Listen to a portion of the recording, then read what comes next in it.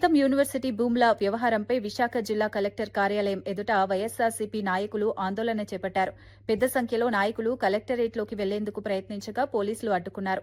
విద్యా సంస్థల ముసుగులో ఎంపీ భరత్ భారీగా భూములు ఆక్రమించారని ఆరోపించారు. దాదాపు 5,000 కోట్ల రూపాయల విలువైన భూములను దోచుకున్నారని విమర్శించారు. ఈ అంశంపై సమగ్ర విచారణ జరిపి చర్యలు తీసుకోవాలని డిమాండ్ చేశారు. ఈ వ్యవహారం విశాఖ రాజకీయాల్లో చర్చనీయాంశంగా మారింది.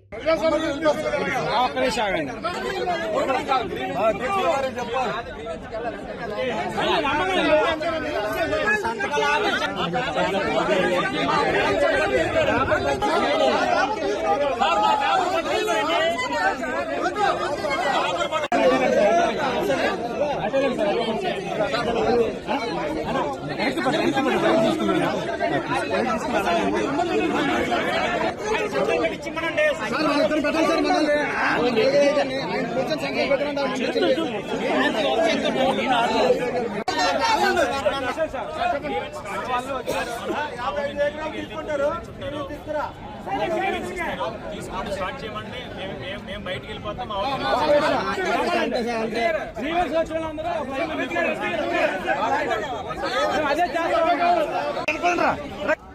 కొద్దిగా వెనక్కి రండి.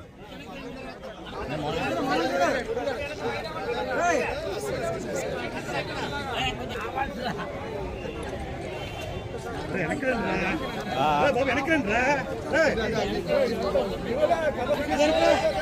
రండి రా.